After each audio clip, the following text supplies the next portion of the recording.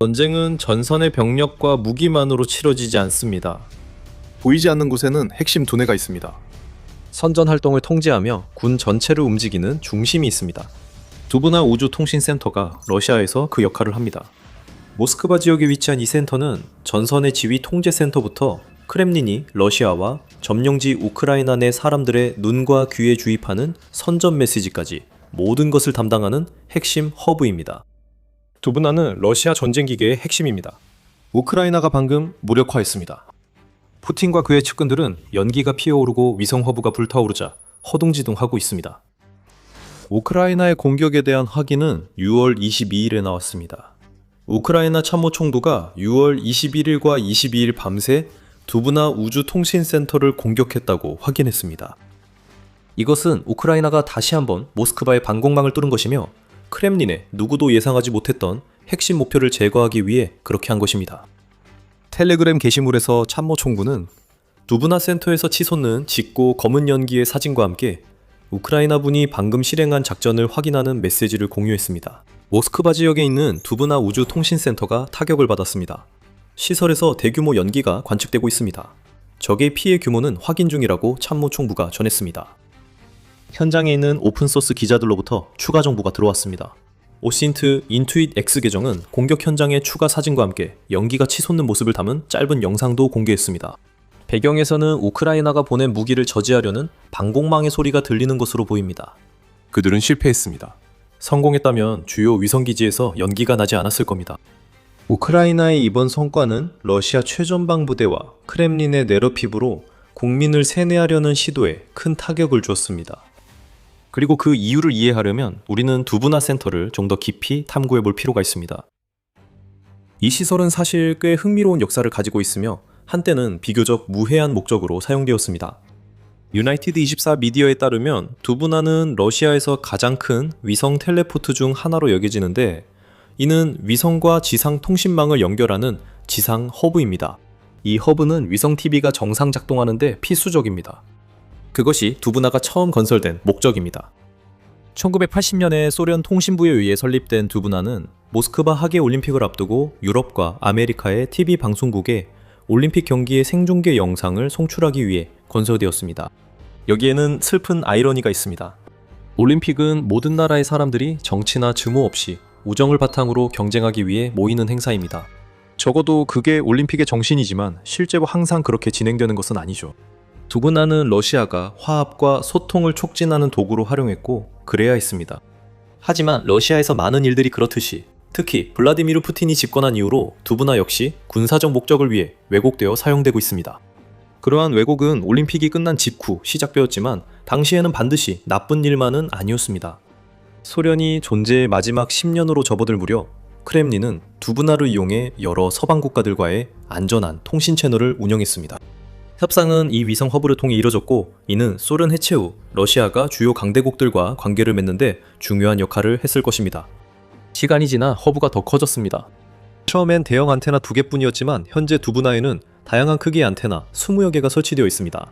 이들은 러시아의 약 300기 규모 위성망 중 상당 부분에 추적, 원격 측정, 지휘 기능을 담당합니다. 두부나는 규모 때문에 러시아 군대가 필연적으로 사용하고 있습니다. 그리고 현재 우리가 보는 것이 바로 그것입니다. 표면상 민간 기업인 러시아 위성통신 회사가 운영하지만 두부나는 러시아 군대가 사용하고 있습니다. 두부나는 러시아의 전략 및 국가 방위망에 모두 연결되어 있습니다. 점령된 우크라이나에서 두부나 등 센터들이 러시아의 지휘 통제센터 운영을 지원하고 있습니다. 이 위성 허브는 러시아가 드론과 전자전 시스템을 사용할 수 있게 하는 핵심 역할을 합니다. 그리고 이 허브는 여전히 원래의 목적, 즉 텔레비전 방송국이 가능한 한 많은 사람들에게 방송할 수 있도록 보장하는 역할도 하고 있습니다. 이제는 그 방송들이 크렘린의 선전으로 가득 차 있습니다. 그리고 그 방송들은 러시아 전역과 점령된 우크라이나의 사람들에게 송출되고 있습니다. 이로 인해 두부나는 러시아의 이중 용도 시설이 되어 우크라이나의 정당한 군사 목표가 됐습니다. 러시아 위성기지에서 연기가 나고 있습니다. 우크라이나 참모총장에 따르면 피해 규모는 아직 평가 중입니다. 이 공격의 사상자 규모는 아직 알 수 없습니다. 우크라이나가 위성센터에서 무엇을 타격했는지는 아직 불확실합니다. 안테나 일부이거나 기지 전체 전력 기반일 수도 있습니다. 시간이 지나면 우크라이나로부터 더 많은 소식이 나올 것입니다. 러시아는 이번 공격에 대해 이례적으로 공개 입장을 밝혔습니다. 로이터 통신에 따르면 러시아 국영 뉴스 통신사 타스는 평소 우크라이나의 공격 소식을 최대한 쉬쉬하려는 국영 언론치고는 놀라울 정도로 많은 정보를 제공했다고 합니다. 타스는 두부나가 우크라이나 군대의 대규모 드론 공격을 받았다고 보도했습니다. 또한 이 공격으로 텔레비전 서비스가 중단되지 않았다고 주장했으나 그 출처를 고려하면 사실 여부는 알 수 없습니다. 타스는 우크라이나 공격에도 센터 직원 부상자는 없다고 주장합니다. 러시아는 두부나에서 아무 일도 없던 듯 행동합니다. 하지만 연기가 피어오르는 사진과 영상은 전혀 다른 이야기를 전합니다. 두부나가 공격받아 또 공격당할 수 있다는 의미입니다. 우크라이나 공격 보도를 계속 보셨다면 일정한 패턴이 있음을 아실 겁니다. 우크라이나는 한 곳만 공격하지 않습니다. 우크라이나의 드론이 출격할 때면 러시아 전역과 점령지 곳곳의 목표물을 향해 날아가는데 바로 6월 21일에서 22일로 넘어가는 밤에 그런 일이 벌어졌습니다. 뉴스스카이에서 지적했듯이 우크라이나군은 드론이 두부나를 향해 날아가는 동시에 여러 군수 및 드론 거점도 공격했습니다. 자포리자 지역에서 우크라이나 드론이 크림반도 고립작전의 일환으로 바실리우카 인근 도로다리를 공격했습니다. 그 다리의 교통이 중단됐으며 러시아 크라스노다르 지역 포트 카프카즈도 공격받았습니다. 우크라이나가 보급품과 군사장비 운반에 쓰인 두 척의 페리를 공격했습니다. 다시 한번 크림반도가 목표였습니다. 이러한 공격은 러시아가 크림반도로 보급품을 들여오고 내보내기 위해 케르치 다리를 우회할 때 자주 사용하는 케르치 해협의 거점들을 대상으로 이루어지고 있습니다. 그 외에도 우크라이나는 정령지와 러시아 벨고로드 지역에 있는 드론 통제 지점, 드론 조종사 훈련장, 그리고 여러 지휘 및 관측 지점도 타격했습니다. 뉴스스카이에 따르면 러시아는 우크라이나의 수미와 하르키우 지역에 대한 공격을 조율하는데 해당 지점을 활용하고 있습니다. 그래서 6월 20일은 우크라이나에는 매우 바쁜 날이었습니다. 하지만 이 모든 다른 공격들이, 특히 크림반도를 고립시키는 작전을 계속하는 공격들이 인상적이긴 했지만 모든 언론의 주목을 받은 것은 바로 두부나였습니다. 하지만 이제 우리는 우크라이나가 두부나를 적어도 일시적으로는 가동 중단시킬 만큼 충분한 피해를 입혔다는 가정하에 이야기하겠습니다. 그러면 자연스럽게 이런 질문이 나옵니다. 이 모든 것이 우크라이나 전쟁에 어떤 의미가 있을까요? 그 질문에 답하기 전에 지금 여러분은 더 밀리터리 쇼를 시청하고 계십니다. 채널의 콘텐츠가 마음에 드신다면 구독 버튼을 꼭 눌러주세요. 저희는 이런 영상을 매일 업로드하고 있습니다. 두부나 타격이 우크라이나와 러시아에 미치는 의미를 알아보겠습니다. 우크라이나가 방금 보낸 메시지부터 시작하겠습니다. 두부나 위성센터는 모스크바 주에 있으며 손댈 수 없는 곳으로 여겨졌습니다. 모스크바의 다른 모든 것처럼 방공망으로 둘러싸여 있고 전선에서 수백 킬로미터 떨어진 두부나는 드론으로는 절대 공격할 수 없을 목표로 여겨졌습니다. 적어도 2022년 2월에 푸틴이 전면 침공을 시작했을 때는 그렇게 생각했습니다. 그때 푸틴이 옳았고 우크라이나는 이런 공격을 할 도구가 없었습니다. 지금은 2026년이며 우크라이나는 도구를 보유할 뿐 아니라 모스크바를 지속적으로 타격할 수 있음을 입증했습니다. 러시아 방공망이 할 수 있는 일도 많지 않습니다. 두부나 공격은 러시아 위성 허브에서 연기 발생 이상의 큰 혼란을 일으켰습니다. 우크라이나 매체 뉴보이스 오브 우크라이나는 러시아 시장 세르게이 소베닌이 러시아 방공망이 약 80대 드론을 격추했다고 주장했으며 이번 공격으로 모스크바 여러 공항에서 367편의 항공편이 취소 또는 지연됐다고 보도했습니다. 우리가 공경에 처한이라고 하는 이유는 최근 세르게이 소베닌이 우크라이나 드론 문제에 너무 많은 시간을 쓰고 푸틴 측근으로서의 삶을 즐길 시간이 부족했기 때문입니다. 두부나 공격은 우크라이나 드론이 모스크바주를 타격한 최근 사례 중 하나입니다. 그보다 일주일도 채 되지 않은 6월 17일 밤에서 18일 사이 우크라이나 드론이 모스크바 주요 정유소 카포트냐를 공격했습니다. 러시아 당국은 최근 2년간 최대 규모의 공격이라고 밝혔습니다. 공격은 효과적이었고 카포트냐는 불탔으며 모스크바 시민들은 자신들에게 검은 기름비가 내린다고 불평했습니다. 러시아는 비가 내리지 않았다고 주장하지만 정유소 공격 영상에서는 탱크 뚜껑이 날아가는 폭발이 포착됩니다. 이는 러시아 방공미사일 오발 가능성도 있으며 이런 영상을 보면 우크라이나 공격의 영향을 부정하기 어렵습니다. 우크라이나는 기름비 여부와 상관없이 6월 17일과 21일 모스크바에 같은 메시지를 보냈습니다. 모스크바는 단순히 사정거리 안에 있는 것이 아닙니다. 모스크바는 이미 실제로 공격받는 표적입니다. 이것이 두부나 공격의 중요한 의미 중 하나입니다. 우크라이나는 러시아 시설 피해와는 별개로 모스크바 시민들에게 푸틴이 영토를 지킬 수 없음을 알리고 있습니다. 러시아 전체에서 가장 철저하게 보호받는 주가 일주일 사이에 2번이나 큰 타격을 입었고 실제로 피해가 발생했습니다. 심리적으로 러시아의 큰 타격입니다. 모스크바 주민들은 정유소와 위성 허브에서 연기가 나는 것을 직접 볼 수 있어 선전으로 모든 것을 숨길 수 없습니다. 그 연기는 우크라이나가 3,000km 떨어진 목표물까지 타격할 수 있는 무기를 가지고 있다는 말이 허풍이 아니라는 것을 그들에게 보여줍니다. 그건 분명한 현실이고 우크라이나가 계속 입증하고 있습니다. 선전에 관해서는 잠시 후 두부나 공격의 의미를 다시 다루겠습니다. 이 공격의 군사적 함의를 먼저 생각할 필요가 있습니다. 지휘소, 드론센터, 그리고 전자전 시스템입니다. 이 모든 것들은 두부나가 완전 가동되는 것에 의존하고 있습니다. 즉, 이 위성 허브를 잃게 되면 점령지와 우크라이나 전선에 있는 러시아군에 치명적인 영향을 미칠 수 있다는 뜻입니다. 아까 두부나의 다양한 용도에 대해 언급했던 것을 기억하세요. 올림픽 이후 러시아는 이 위성을 이용해 다른 나라들과의 안전한 통신 채널을 개설했습니다. 두부나가 지금처럼 커진 만큼 우크라이나 내의 지휘 및 통제 센터들도 비슷한 채널을 활용하고 있다고 추정하는 것이 타당합니다. 안전한 통신과 두부나의 데이터 수집 능력을 잃는 것은 러시아의 큰 손해입니다. 지휘 및 통제 센터는 본질적으로 군대가 중요한 시스템을 감시, 분석, 관리하는 시설로 각각이 중앙 위치에 역할을 한다는 의미입니다. 지휘관들이 그곳에서 병력을 지휘하고 공격을 조율할 수 있습니다. 이를 위해서는 적이 메시지를 가로채지 못하도록 통신이 암호화되어야 하고 지휘 및 통제 센터로 들어오는 데이터의 흐름이 끊기지 않아야 지휘관이 전장의 상황을 가장 잘 파악할 수 있습니다. 두부나가 무너지고 우크라이나가 위성 허브를 타격할 수 있음이 확인된 지금 반복 공격 끝에 실제로 일어난다면 러시아군은 완전한 혼란에 빠질 것입니다. 최전선 공격이 가장 큰 타격을 입게 될 것이고 이는 이미 139만 명 이상의 희생자를 낸 전쟁에서 러시아군의 추가적인 인명피해로 이어질 수밖에 없습니다. 그리고 드론도 있습니다.